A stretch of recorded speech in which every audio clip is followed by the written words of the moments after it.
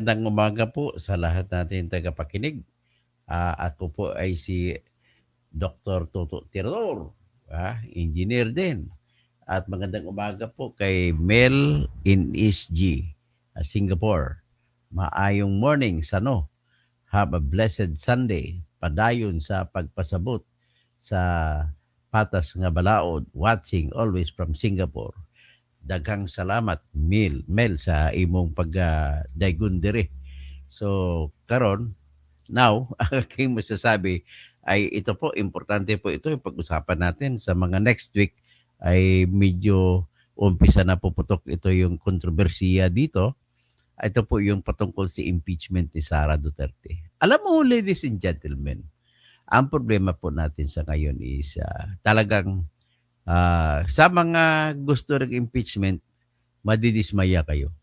Sa mga hindi gusto sa impeachment, matutuwa kayo. Yan po ang sitwasyon. So, ngayon, marami pati mga prudente sa marami sa kanila, mas gusto nila impeachment. Kasi nga nagpakita na ng tapang si Sara Duterte na gusto niyang impeachment para magka-bloodbath, dugo sa dugo na. So, ibig sabihin, kung nakita ninyo yung mga sinabi ni Sara Duterte, bakit siya gusto niya, naghahamon pa siya na umpisahan na. Kasi nga, naalala ko na minsan nagsalita siya, yung envelope daw siya binigay sa tatlong opisyal ng Department of Education ay nanggaling daw yun kay Lisa Araneta Marcos. Meron pa daw siyang video nun. At isubiti niya yun sigurado sa impeachment court para mapatunayan na yung inaakusa kay Sara na tatlong envelope na panunuhol daw, eh siyempre hindi na wala ng kinalaman sa confidential fund yun, kundi panunuhol na yun. Kung para man sa purpose kung saan, ang problema, paano po tawagin na panunuhol kung hindi natin malalaman kung para saan, di ba? Para saan dapat malalaman natin para saan. Ang problema sa pag-gather ng mga detalye o yung mga ebidensya ng House of Representatives Good Government Committee ay wala silang naipakitang ebidensya kung para saan. Mismo yung nag-testigo na sila ni Edward, sila yung si sino yung pangalan ng tatlo, yung isa Hope, ibig sabihin ng Hope, head of procurement office. Tapos ang isa ay head ng Bids and Awards Committee. Yung isa naman ay head ng accounting office kasi siya po sila mag-process kapag may bidding. Ibig sabihin po, may bidder ng pabigay nun at mayroong proyekto. So, kung may proyekto, may pabidding, pinabigay yun para ipapanalo yung may proyekto. So, ngayon, wala namang pinalabas dito na kung anong proyekto meron si Sara Duterte sa investigasyon nila. So, bagkus, nagsalita si Sara na yung yung envelope na yon pinabigay galing kay Lisa Araneta Marcos. So ngayon, kung sinabi niya ganon at kung matuloy ang impeachment, lalabas at lalabas, mapapahiya ngayon yung sila ni BBM. Sa kanila pala yun. Okay? So magandang umaga, no? Sa ibang mga unang pumasok, no? Si Tas Acevedo, kala ko bloodbath gusto ni Piatos. Di ba nagsabi niya, siya bloodbath nga. Gusto niya matuloy na nga. So, yan po ang gusto niya. Kasi baka nasiyahan mo, baka nasabi mo hindi ayaw niya. Hindi po. Yan ang gusto niya mangyari, magkatuloyan siya. Matuloy na po yung impeachment trial. Inanunsyo niya na yan. Na-vlog ko na yung kahapon. Okay? So, alam mo, mali din ang kaisipan mo, Tas Acevedo. Pag sinabi mo dahil lang sa Mary Grace Piatos ay panalo na si kayo, matatalo si Sara. Hindi po. Kasi po, para dapat mong malaman po na lahat po ng confidential fund ay sikreto. So, hindi mo pwede ilagay ang pangalan ng tao na nakatanggap. So, yan po ang number one na ikakatalo ng mga congressman. Kahit sabihin po marami pang Chelyok no na nilagay dyan, mayroon pang Angel Locsin o kung sino-sino na mga resibo, ay hindi po yan dahilan para matatalo mo si Sara. The only way na matatalo po si Sara ay maipakita niyong ebidensya na nasa bulsa nga niya pumunta yung pera at ginamit lamang yung Berigris Piatos. Pero kung hanggang Berigris Piatos lang po kayo, pasensya tayo. You will never get to the end of it. So, yan po ang batas ng ebidensya. Paasak kayo. Tanungin kita, Taas Acevedo, saan ba kaya napunta ang confidential fund na dahil kahit sabihin natin totoo yung Grace Piatos, nasaan ang punta ng pera? Inamin nga po mismo ni Congressman Paulo Ortega na hahanapin pa nila kung saan napunta. Inamin nila. So, ibig sabihin ang tanong dyan, pwede mo ba patanggalin siya pagka-opisina sa Vice President dahil lamang sa Merigris Piatos at katulad ng mga resibo ganun? So, yan ang sinasabi ko sa iyo na hindi po pwede kasi hindi mo pwedeng sabihin na ninakaw na ni Sara na dahil sa resibo na ganun. Tandaan niyo po, walang batas na nagsasabi kung paano ka magre-resibo sa mga confidential fund. Ang meron lamang po ay hindi batas, kundi joint circular na pinapalabas ng Commission on Audit. At wala pang fixed law kung paano i-liquidate. Ang tawag niyang term, i-liquidate. Paano mo patunayan kung nagasto mo nga sa tama. So, okay, ang batas, ang sabi sa pundo ay para sa confidential fund, kung secret yun. So, paano naman confidential fund para maintindihan ninyo, Tess Acevedo?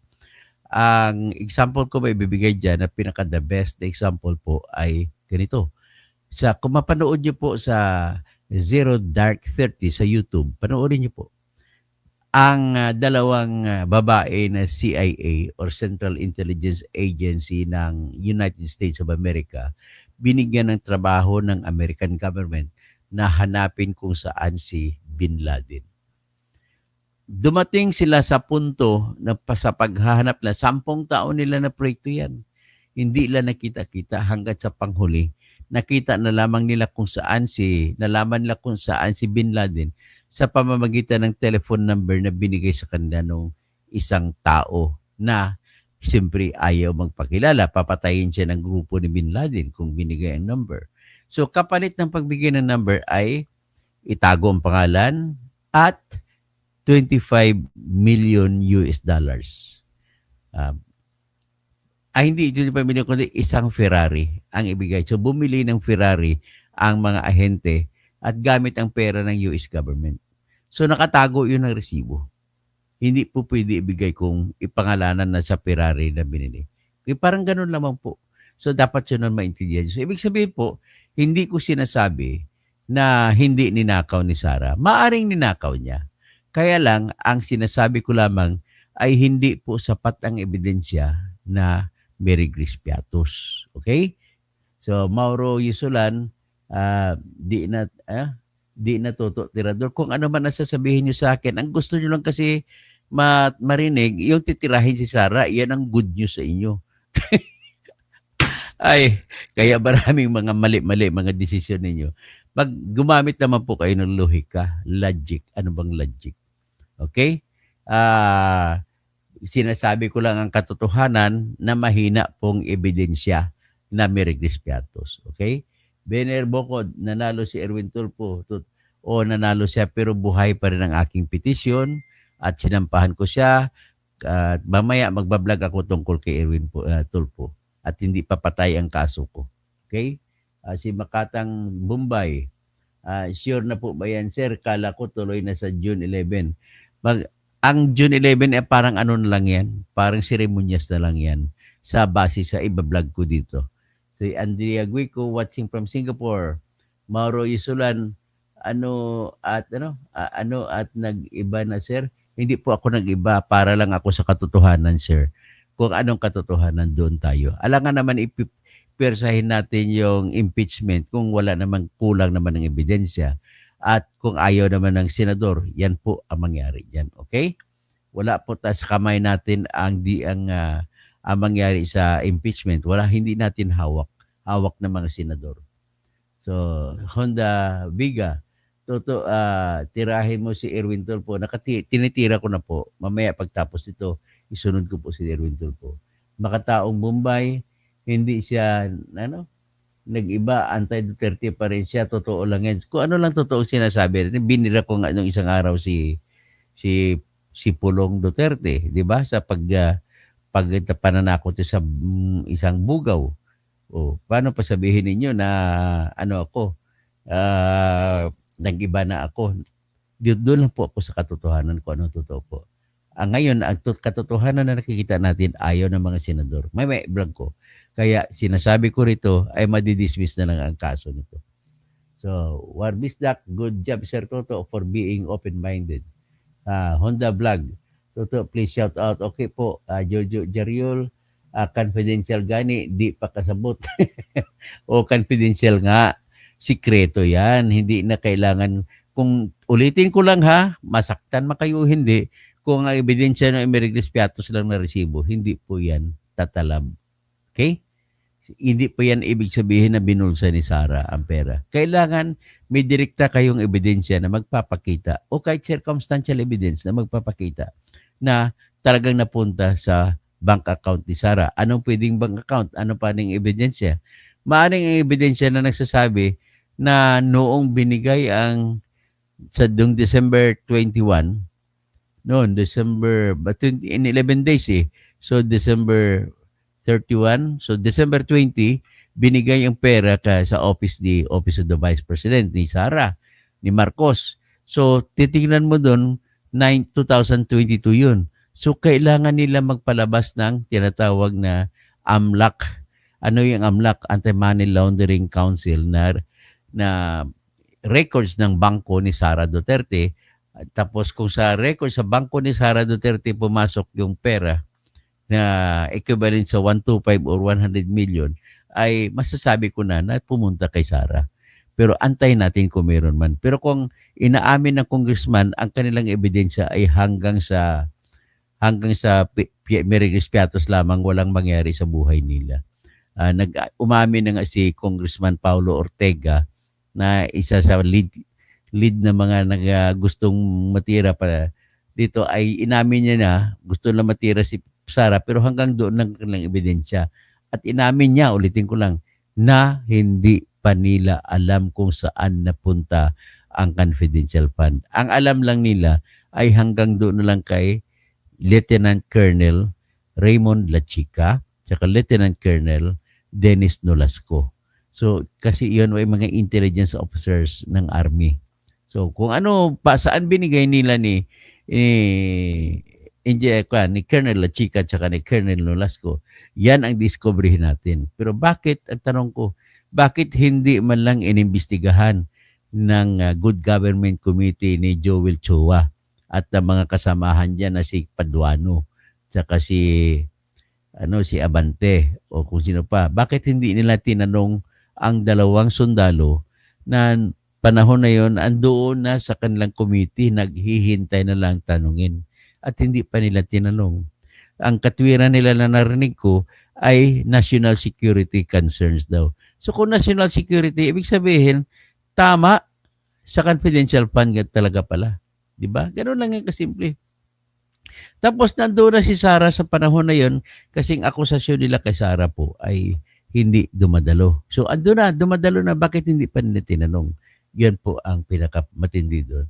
Akusa sila ng akusa, hanggang akusa. Tapos pag binasa mo po, kung nakaintindi po kayo, basahin niyo po ang impeachment complaint. Akin pong ipapublish sa aking Facebook page. Basahin niyo po. At makikita niyo po doon, hanapan niyo kung ano may ebidensya binabanggit ng fourth impeachment complaint. At kung mabasa nyo, dyan na kayo, kung naintindihan ninyo, maliliwanagan kayo na kulang ang ebidensya nila. So, pwede ko sabihin, lacking in substance. Walang sustansya ang reklamo nila. Kagaya niyan, pinagkwentuhan natin yung confidential fund. Paano mo masasabi na may sustansya? Hindi mo nga, wala ka nga ang ebidensya sinumiti kung napunta sa bulsa ni Sara. Hanggang doon ka lang sa kamay ni Lieutenant Colonel Raimundo Lachica at Lieutenant Colonel Dennis Nolasco. Pagkatapos doon, wala ka nang alam. Wala na silang alam kung saan napunta ang pera. Okay? So, Jojo Jariol, Pinoy Fan TV po, codename po yan sa Intel. Tama, codename po yung ginagamit ni Merigris Piatos.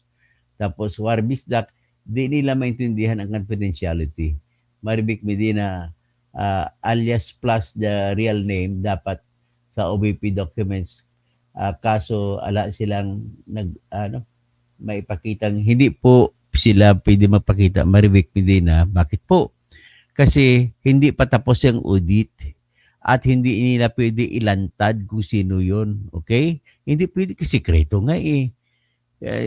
Tapos nagpalabas naman ng report ng COA, hindi ko lang alam kung totoo yun o hindi, pero nagpalabas na wala na raw sagutin si Sara tapos na kumpleto na. Okay? Ganun lang po ang ating asahan dito. At least binibigyan ko kayo ng guide sa kung matuloy man ang impeachment trial. Alam ninyo kung saan kayo pag-isip ninyo kung paano diskarte. Batas po ng ebidensya ang pinag-usapan natin dito. Ha? Okay? So, Honda Vega, Toto, please. Okay, opo, wala ka magmarela po.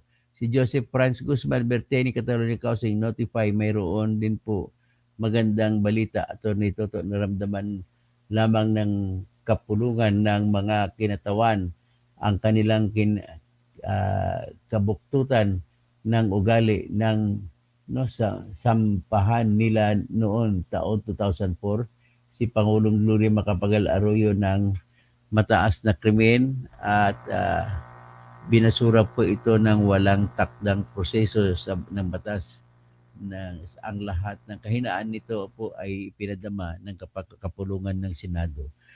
Hindi po basta-basta ganun kasimple pong impeachment, no? Tama naman, ano. Jurial, alam na yan ni Attorney BP Sara. At kay Warbistak, functional illiterate ang mga di naniwala sa confidential fund. Pinoy Fund TVP is code name. Okay, Joseph Franz Guzman. Galing, tapos, dali, sagutin ko lang ito. Nagla-live ako, nagla-live ako. I-text mo lang. Tapos, ito naman, tapos kay Franz. Saan ba? Okay, sa kay Jojo Jariol, correct, Attorney Toto. Rogelio Tapado watching, Loretta Grande. Ang ebidensya noon, Attorney, ang dami ng tao na imposible na magbigay daw ng info. Yun ang patunayan la. Ay, mahirap po. Hindi po ganoon magpatunay. Mahirap po yun. Hindi po pwede sabihin na napunta. Ang importante lang po ay patunayan nila na napunta sa bulsa ni Sara. Ang problema, wala silang ebidensya. At hindi po obligasyon ni Sara magpatunay na napunta sa tamang papuntahan. Ang umaakusa ay may obligasyon magpatunay na napunta sa bulsa sa hindi tamang papuntahan. Okay? Ganun po yung laro sa ebidensya sa kaso-kaso. So, Polincio Rosales, kahit malabatas maging masama lang si BP Sara sa taong bayan, diyan sila masaya. GB Victa, ang tanong kasi, ginamit ba ng tama ni Inday ang totoong tao na may... Yan ang tanong. Paano ang sagot naman, GB Victa? Paano natin malaman ang sagot? Kung nasa tama o wala. Kung hanggang dyan ang ebidensya. Wala. Kung may regis piatos ng ebidensya, hindi natin malalaman. So, idilito, alabat, katoto. Nagsalita na po si Senator Marcolita na lintik ang walang ganti. Kung ano man na ibig sabihin ni Senator Marcolita, siya lang nakakaalam yan. Mira Flor Soto, dapat lang wala ng impeachment, pamulitika lang yan. Pinoy Fund TVPH, code name po ang ginagamit ng Intel. O tama po kayo, code name yung Wondershare, Philmora. Bakit kasi pinipilit pa ang impeachment? O tama po kayo, Loretta Grande. Kung madismiss man, di yun sa mga trapo, dahil sa trapo. Tama po kayo, mga trapo po kasi mga congressmen nakatanggap ng 250 million na proyekto, 150 million na proyekto bawat isa kapalit ng perma nila. Kaya ang kabuuan, 215 sila. So kung kwentahin mo, ang gastos ng gobyerno para sa perma laban kay Sara ay 32 billion 280 million pesos. Grabe. Ginastuhan tapos ang hinahabol mo 125 million lang. Polensia Rosales, kahit mali, basta mapasama lang sa taong bayan si Sara, diyan masaya ang mga anti-Duterte. Diyan mapasama pala. No? Diyan Mangunon. Good morning po, Dr. Tuto. Watching from Urdaneta City, Pangasinan. Oy, mga kamag-anak ko diyan sa Pangasinan, magandang umaga. Isa Tanaka, gawa lang na mga nagkampihan. Napoleon Mel Manliklik, alin ang nagpapatalo kay Sara, boto ba ng senador o ebidensya? Si Corona na impeach pero napawalang sala. Tama po kayo, napawalang sala sa Sandigan Bayan si impeach, si Corona. So, ibig sabihin, hindi totoo yung ginamit na rason para i-convict si Corona. Roel Rosario, tama lang na hindi na matuloy dahil alam naman ng lahat na wala ng number ang mga nagpo-post ng impeachment, hindi na dapat mag-aksaya ng oras. Tama po kayo. Jojo Jariol, mas kurakot ang flood control, PhilHealth. O tama. Warbisdak, Soboto yan, wala sa ebidensya. So Jojo Jariol, by Cam, Betong, so we directly know who is the president in the 2028, forget the election. So what 25 ang galing mag-explain ni attorney. Dario Silakan, tama naman talaga na hindi yan pwede ilagay ang tunay na pangalan. Tama po, Arnel Roluna. Hi, Dr. Toto. We love your vlog anytime. We're watching from New York. Salamat po. Thank you so much for the Filipinos out there in New York. So, Jojo Jariol, sila Lalay Dilima, gigil na gigil. Rene Dikina, klaro ka na kung saan ka nakatayo. Nakatayo po ako sa katotohanan. Okay, rural living. Ang katotohanan po nito ay hindi naman nanalo ang impeachment. Ngayon, i-explain ko sa inyo mamaya. Now, we know the result of the 2020 election. Queen Joseph Taruma, Jojo Jariol, Makatang Tambay, alam ko kasimpatiya nyo si Cardo Tumaturgo, pero iba ang diskarte nyo, sir. Si Attorney Cardo, tira lang ng tira, sana kahit attorney siya. O dapat, sige lang, opinion naman ni Attorney Ricky yan. Ano lang, igalang natin ang opinion niya. Felix Virador, di po ang grupo ni Marcos ang ikulong nila. Ilito Alabat, katoto po, pati happy birthday ng Inday Sara. O happy birthday kay Inday Sara.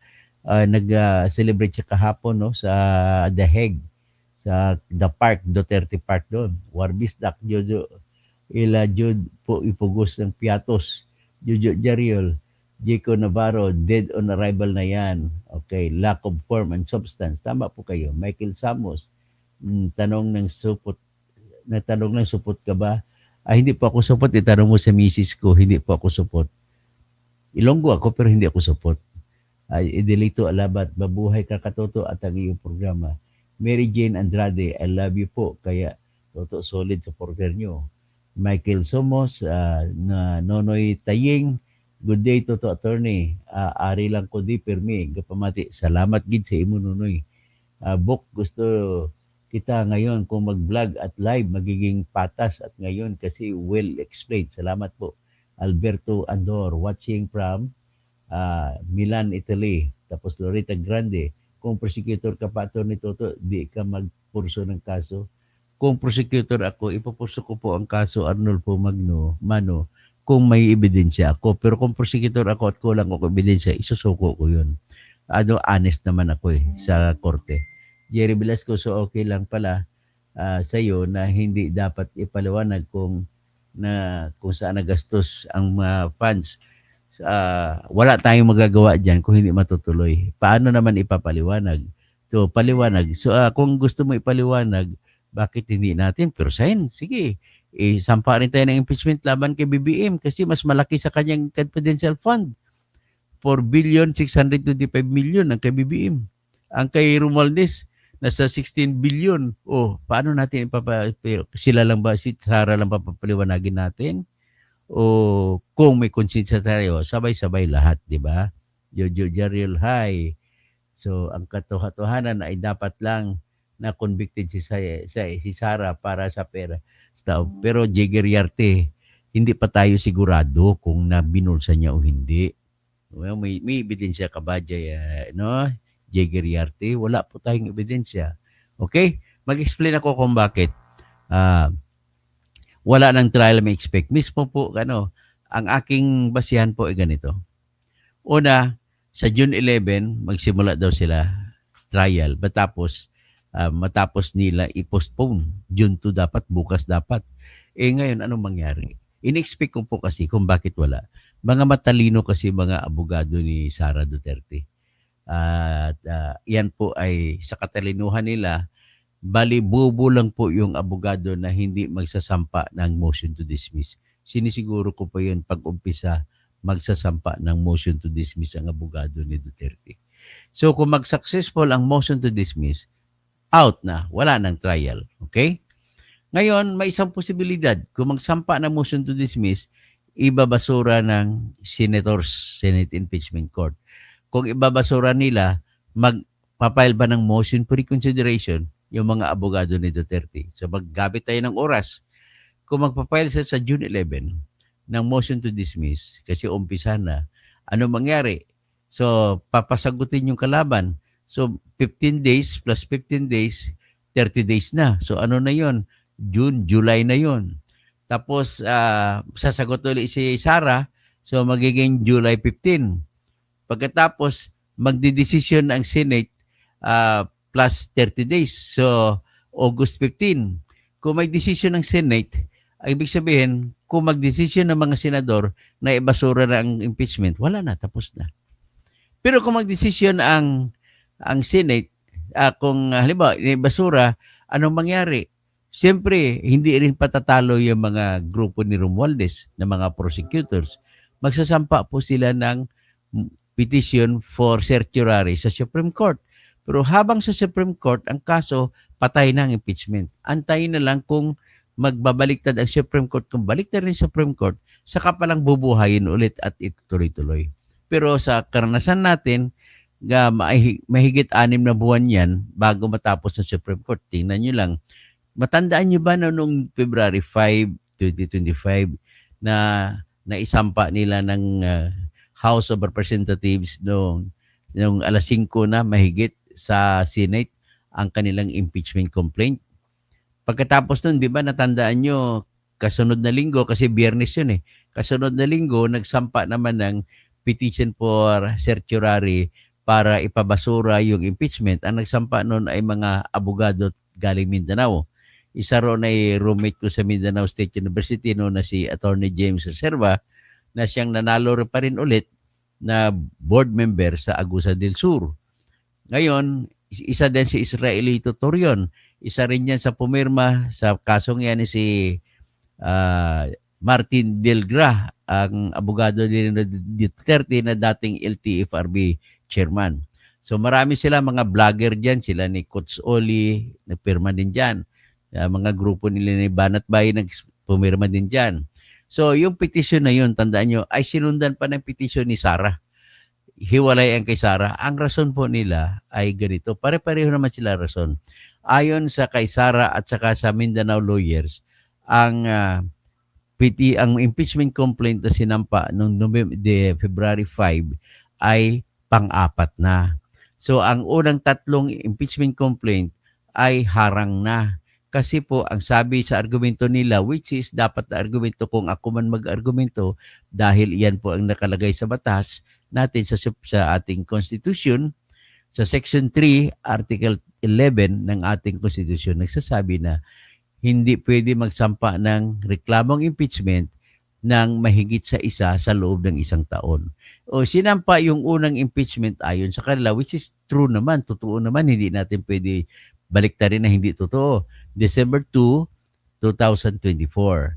Ang sinampaian sa grupo nila ni Leila de Lima na siyang congresswoman-elect na ngayon dahil po sa ML party list nila. Tapos, yung December 4, 2024, nagsampa naman ang grupo ng Makabayan Congressmen. Sila ni Congresswoman Franz Castro, Congresswoman Arlene Brosas, at saka si Congressman Raul Manuel. Nagsampa po sila ng pangalawang impeachment complaint. Sa pangatlong impeachment complaint po, nagsampa po ang grupo ni Congressman Gabriel Bordado at saka yung isa na taga Iloilo na congressman pero party list din. Pangatlo yun, December 19. So ngayon, kahit na meron ng 3 impeachment, nagsampa pa rin pang-4, February 5, 2025. So kung ganun po, ay bawal na ang pang-4 na complaint. Kasi isa nga lang. Ibig sabihin sa isa lang, yung pangalawang complaint, bawal na. Yung pangatlong complaint, bawal na. How much more yung pang-4? Yan pong argumento nila. And besides, sa argumento nila po ay sinasabi rin po na ganito, ang argumento ko naman ito, sa sarili kong argumento. Hindi ko nakita, hindi ko nabasa sa argumento nila yan. Pero ito pong argumento ko na dapat ipapanalo nila. Ganito. Sa ating Constitution, sa paragraph 2 ng Section 3 ng Article 11 ng ating Constitution, nagsasabi po na ang impeachment verified complaint, pag natanggap na po ng Secretary General ng House of Representatives na si Reginald Velasco, ay meron lamang siyang 10 araw, 10 session days na ipadala sa Speaker, Office of the Speaker ng House of Representatives. 10 araw. Anong ginawa? Hindi pinadala. Kasi dapat, sabihin natin, dapat December 12 ay naipadala niya na sa Office of the Speaker. Wala, hindi pinadala. Next, yung pangalawang complaint, December 4, dapat December 14 ay naipadala na sa opisina ni Speaker Martin Romualdez. Yung pangatlo, dapat December 29 ay naipadala na sa opisina ni Speaker. Tapos anong kasunod sa proseso? Sa Constitution nagsabi, kapag natanggap na ng Office of the Speaker, mag-session sila, ang tawag session, mag-meeting sila, in-bank meeting o in-bank session. Pagkatapos, bigyan nila, magdesisyon ang Kongreso kung anong aksyon nila sa mga reklamo. So, ang unang aksyon sa first complaint, dapat aksyon na nila, ipasa nila sa proper committee ayon sa Constitution. Ano ba yung proper committee? Wala pang sinabi ang Constitution kung ano, pero sa mga paulit-ulit na decision ng Supreme Court, ang proper committee binabanggit ay yung Justice Committee ng House of Representatives. So kung hindi, ibig sabihin, saan ba talaga dapat ibigay? Kasi ang Justice Committee, kaisipan nila ay magkakaroon ba sila ng public hearing para kung aksyonan kung ipapatuloy ang complaint ng impeachment o hindi. So ngayon, ang ginawa nila, imbis na ganun, ay in-archive nila pinadala nila sa proper committee na Committee on Archive. Anong ibig sabihin nun? Ibig sabihin po, dinismiss nila ang tatlong impeachment complaint. At kapag ma-dismiss, ladies and gentlemen, bawal na, harang na ang pang-apat na complaint. Okay? Ganun lang po kasimpleng argumento doon. So, yan ang basihan nila. So, tatagal yan. So, sa ngayon, na nag-uusap tayo, wala pang desisyon ng Supreme Court. Ano na ngayon? June 1. So, June 2 bukas. Wala pang desisyon ng Supreme Court natin. So, gaano katagal? Humihingi ng TRO si Sara Duterte at abogado ng mga Mindanao, taga Mindanao. Hanggang ngayon, walang action ang Supreme Court. So, kailan ang action ng Supreme Court? Hindi natin alam. So, ibig sabihin, February, March, April, May, June, 5 buwan, walang action ng Supreme Court. So, tingnan kita nila kung gaano katagal. So, ngayon ang mangyayari, halimbawa, action na ngayon ng Supreme Court kasi mag-umpisa sa June 11, magpapalabas kung magpapalabas ang Supreme Court ng TRO, ay maaantala naman, hindi na magsimula.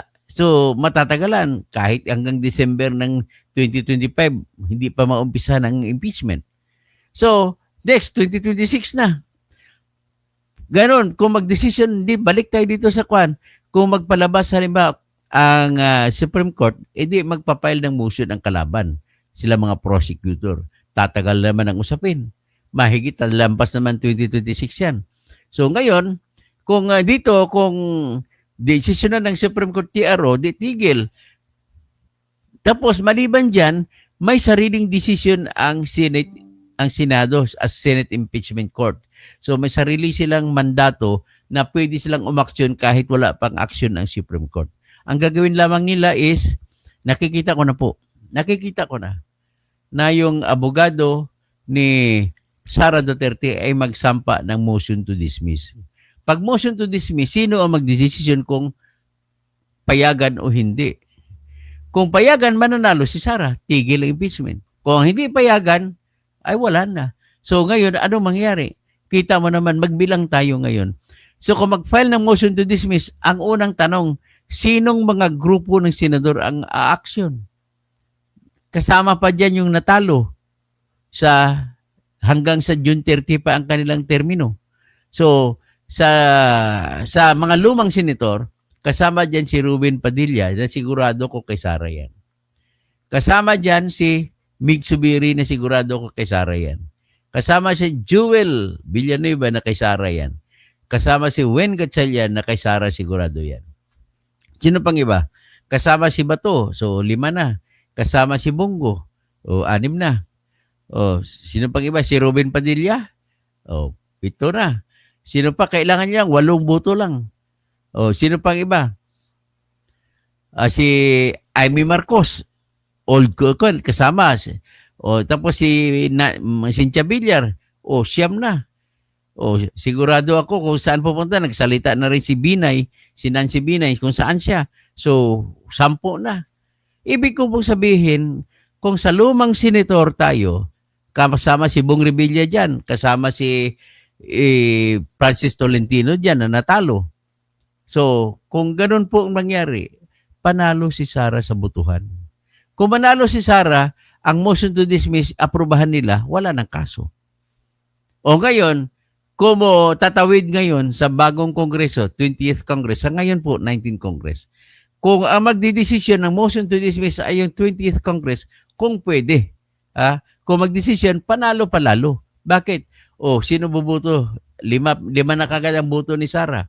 Si Bongo, si Bato, si Marcolita, si Amy Marcos, si Lito Lapid.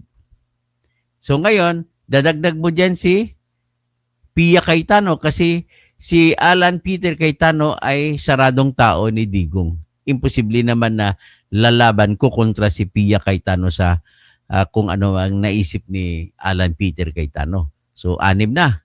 So, sino pang iba? So, sasama diyan ngayon si Mark Villar kasi kapatid niya si Camille. O, sino pang ibang sasama? So, 7 na.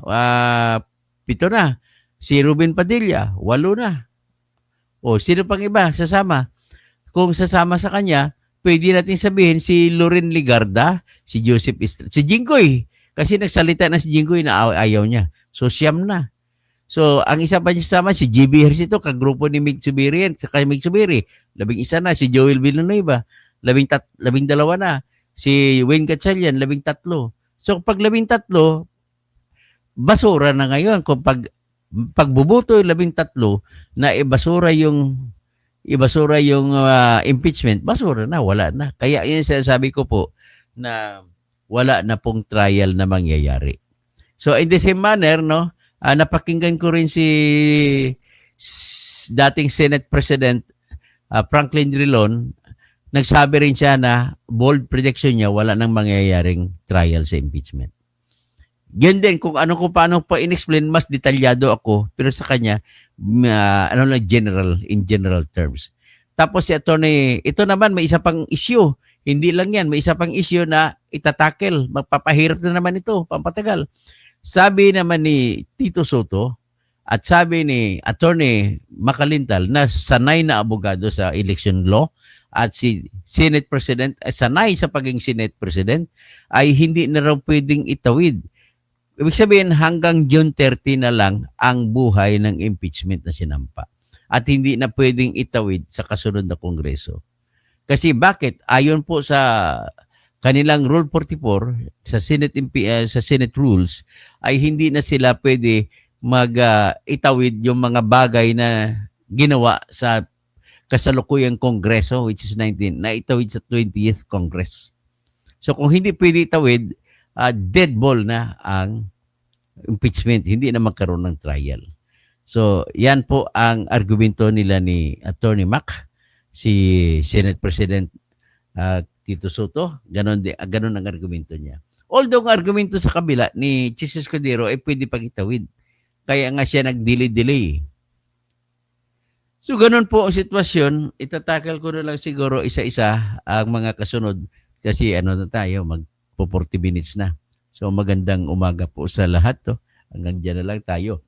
Si Rodi Rabi, Mikoy, sino pang salamat po Elizabeth Linsangan sa iyong mga palipad.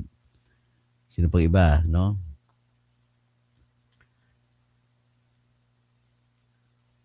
Okay, nabasa ko ng iba kasi kanina eh. So, sino bang ano, dito lang sa baba. Si Jojo Jariul ulit, no? Inday Delimaw.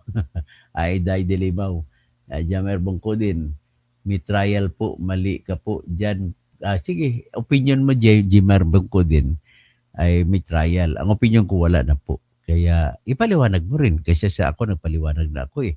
Para patas. Si Elizabeth Lensangan. Hello po, Sir Toto. Isa po akong taga-subaybay sa inyo watching from Los Angeles, California. Salamat po, Elizabeth Linsangan. John Oliver Muhana, kahit matuloy o hindi, Duterte pa rin kami. Yun. Marilyn Hills, pinakaabangan po namin ang trial sana publicly. Ngayon, ang sinasabi ko na sa inyo ay ang prediction po namin, ako tsaka si Senator Drilon, ay hindi na matutuloy ang trial. Jiggy Riarte takot si George Garcia na mismo ang mga commissioner ang makakalaban niya kapag di niya papayagan na mananalo ang mga alipores ni Digong sa halalan 2025. Jiggy Riarte, karamihan sa Comelec, commissioner ay tauhan ni Digong.